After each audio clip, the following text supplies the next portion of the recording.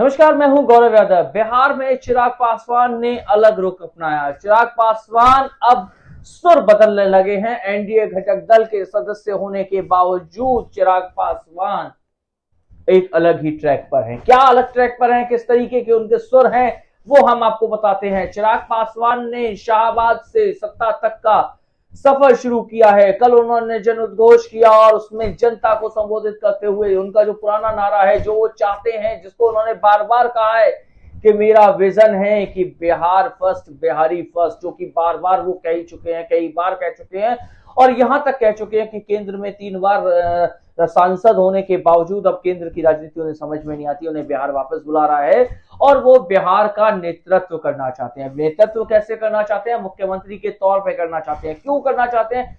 ये बात हम क्यों कह रहे हैं? बार बार चिराग पासवान कई बार बोल चुके हैं कि बिहार में जो मुख्यमंत्री पद है उसकी वैकेंसी खाली नहीं है, नीतीश कुमार के नेतृत्व में ही चुनाव लड़ा जाएगा। लेकिन इसके उलट उन्होंने कल ऐलान किया कि 243 यानी बिहार की विधानसभा में जितनी सीटें हैं सभी सीटों पर उनकी पार्टी चुनाव लड़ेगी। यानी जो चुनाव आने वाला है बिहार में, अभी एनडीए में सीटों का बंटवारा नहीं हुआ। नीतीश कुमार अपनी सीटों को लेकर अड़े हुए हैं। 120 सीटें उन्हें चाहिए, बीजेपी को अपनी सीटें चाहिए। चिराग पासवान की पार्टी के लिए पहले सुनने में आ रहा था कि 50 सीटों पर वो चुनाव लड़ सकते हैं, लेकिन उन्होंने तो साफ कह दिया कि 243 की 243 सीटों पर वो चुनाव लड़ेंगे और बिहार का नेतृत्व करेंगे। तो यदि वो बिहार का नेतृत्व करेंगे तो नीतीश कुमार कहां जाएंगे, बीजेपी कहां जाएंगे, एनडीए गठबंधन कहां जाएगा? तो जब गठबंधन ही नहीं होगा तो अलायंस जो केंद्र में उनकी पार्टी के साथ गठबंधन है, एनडीए के साथ जो गठबंधन की वो बात बार बार कर रहे हैं, तो वो कैसा गठबंधन, कैसी बातें हैं, वो झूठ क्यों है? क्योंकि कल जब उन्होंने जनता को उद्घोष में बताते हुए, जनता को संबोधित करते हुए कहा कि उनकी पार्टी लगभग 243 सीटों पर चुनाव लड़ेगी, उनका जो नेतृत्व वो चाहते हैं कि दलित, पिछड़ा, अल्पसंख्यक, माइनॉरिटी व जितने भी लोग हैं उनको वो साथ लेकर चलें, आदिवासी समाज के लोगों को साथ लेकर चलें। उन्होंने कहा कि भाई जो अब तक बिहार में हुआ, बिहार में कोई बड़ा उद्योग नहीं है, कोई बड़ा कॉलेज नहीं है, बिहार के लोग बिहार में पढ़ें, बिहार में आगे बढ़ें, बिहार में कमाएं, कमाने के लिए बाहर जाना पड़ता है और मजदूरों के तौर पे बिहार को देखा जाता है।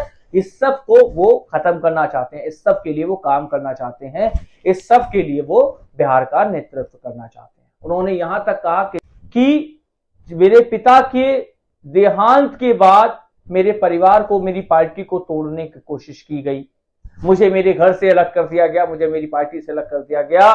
और इस दौरान उन्होंने बिहार की जनता को ही अपना पिता तुल्य बता दिया। उन्होंने कहा कि मेरे पिता के तौर पे आप लोग मेरे साथ खड़े हों, मुझे आगे बढ़ने दें, जिससे कि मैं बिहार का नेतृत्व कर सकूं, बिहार का विकास कर सकूं। लेकिन यदि वो बिहार का नेतृत्व करना चाहते हैं, बिहार का विकास करना चाहते हैं, तो नीतीश कुमार जाहिर तौर पर मुख्यमंत्री नहीं होंगे। 243 सीट पर लड़ेंगे चुनाव तो जाहिर तौर पर बीजेपी के साथ उनका अलायंस नहीं होगा, एनडीए गठबंधन के वो दल नहीं होंगे। तो क्या जो पहले बातें निकल के सामने आ रही थी कि नीतीश कुमार को साइडलाइन कर रहे हैं अमित शाह, जो बीजेपी के चाणक्य कहे जाते हैं, क्या चाणक्य के साथ भी चाल खेल गए चिराग पासवान?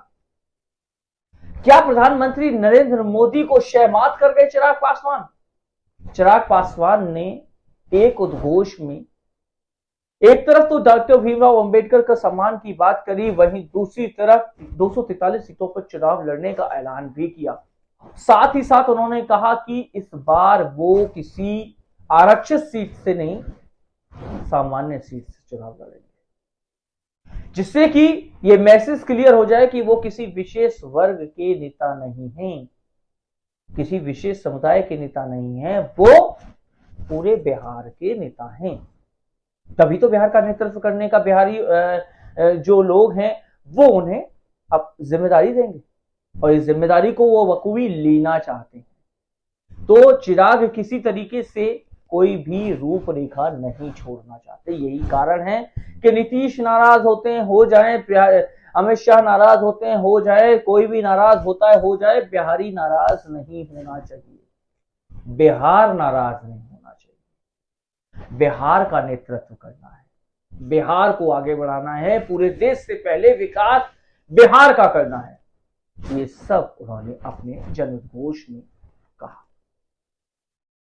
सबसे बड़ी चीज पूरी की पूरे लबोलिभाव यदि देखा जाए तो चिराग पासवान मुख्यमंत्री के तौर पर उनकी पार्टी और वो अपने आप को अब देखने लगे हैं। कुछ आंकड़ों की यदि बात करें तो एक सर्वे के आधार पर हम आपको सर्वे बताते हैं। तेजस्वी यादव लगभग 36.9 यानी ऑलमोस्ट 37% लोग चाहते हैं कि तेजस्वी यादव सत्ता संभालें। 18% लोग चाहते हैं कि नीतीश कुमार सत्ता की कुर्सी पे सवार हो। प्रशांत किशोर को 16.4% लोग चाहते हैं कि प्रशांत किशोर सत्ता की कुर्सी को संभालें, बिहार का नेतृत्व करें। चिराग पासवान को 10.6 यानी 10.5% लोग चाहते हैं कि चिराग पासवान बिहार का नेतृत्व करें। इसके बाद सम्राट चौधरी जो कि बीजेपी से आते हैं, जो उसके उप मुख्यमंत्री हैं, उनके लिए जनता चाहती है कि 6% लोग चाहते हैं कि वो बिहार का नेतृत्व करें। ये वो आंकड़े हैं जो कुछ दिन पहले एक सर्वे के तौर पर सामने निकल कर आए हैं। समझने वाली चीज ये है कि जहां चिराग पासवान बिहार का नेतृत्व करने की बात कर रहे हैं, बाहर का नेतृत्व करने के लिए बिहारियों का समर्थन जुटाने में लगे हुए हैं, लेकिन अभी तक जो सर्वे है वो ये कहता है, मई के सर्वे के अनुसार कि 10% लोग ऐसे हैं जो बिहार चिराग पासवान को चाहते हैं कि वो बिहार का नेतृत्व करें।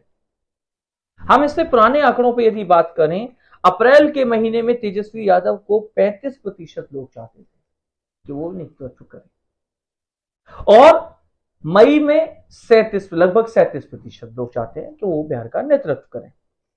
फरवरी में यह आंकड़ा 40% था, थोड़ा कम हुआ अप्रैल में, फिर उसके बाद मई में फिर से लगभग 40% के आसपास आ चुका है। इसके अलावा यदि नीतीश कुमार की यदि बात की जाए तो नीतीश कुमार को मई में 18% लोग चाहते हैं, 18.5% लोग चाहते हैं कि वो बिहार का नेतृत्व करें। फरवरी में भी लगभग इतना ही आंकड़ा था, 18.5%। अप्रैल में यह आंकड़ा घटा था, 15% तक पहुंचा था, और मई में फिर से बढ़कर ये 18.5% हो गया। प्रशांत किशोर की यदि बात करें जो कि जन स्वराज पार्टी से आते हैं, तो मई में उनके 16.4% यानी कि लगभग 16.5% लोग चाहते हैं कि वो बिहार का नेतृत्व करें। लेकिन फरवरी में 18.5 यानी कि आंकड़ा बढ़ा हुआ था, अप्रैल में 15.5, थोड़ा सा ग्राफ गिरा, मई में फिर ये बराबर हो गया। इसके बाद चिराग पासवान की यदि बात करें तो फरवरी में मात्र 3.5% लोग चाहते थे कि चिराग पासवान बिहार का नेतृत्व करें। अप्रैल में आंकड़ा बढ़ा, 6.1% लोग चाहते हैं थे कि चिराग पासवान बिहार का नेतृत्व करें बिहार, और मई में लगभग 10% लोग चाहते हैं। यानी कि चिराग पासवान का जो ग्राफ है वो तेजी से बढ़ रहा है, लोगों में उनकी लोकप्रियता तेजी से बढ़ रही है, लेकिन अभी इतनी भी नहीं बढ़ी कि वो नीतीश कुमार या तेजस्वी यादव को सीधे तौर पर टक्कर दे पाए या एनडीए अलायंस के बिना वो चल पाए। तो समझने वाली चीज ये है कि चिराग पासवान जो 243 सीटों पर चुनाव लड़ने की बात कर रहे हैं वो कैसे करेंगे, और वहीं बीजेपी चाहती है कि बिहार में सबसे बड़ी पार्टी होने की वजह से वो अपना मुख्यमंत्री चुने। तो उनका मुख्यमंत्री जो है उप मुख्यमंत्री सम्राट चौधरी, उनके बता देते हैं आंकड़े आपको। उनकी जो फरवरी में प्रतिशत थी वो 8% लोग चाहते थे वो बिहार का नेतृत्व करें।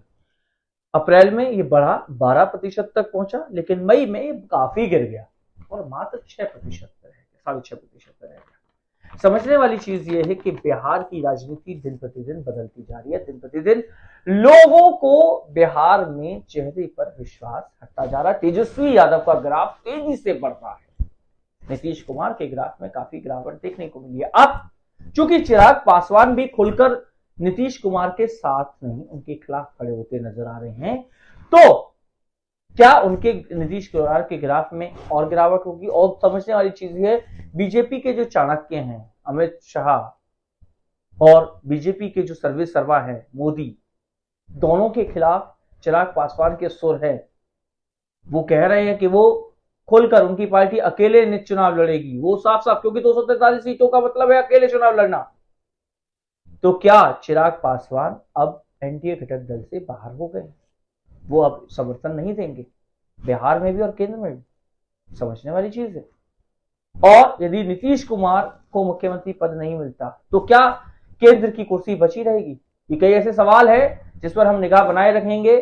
तब तक के लिए मेरे चैनल को सब्सक्राइब कीजिए, लाइक कीजिए, जिससे कि मैं इस तरह की इंफॉर्मेटिव वीडियोस आपके लिए लाता रहूं और अपनी बात आप तक बेबाक अंदाज में पहुंचाता रहूं। नमस्कार।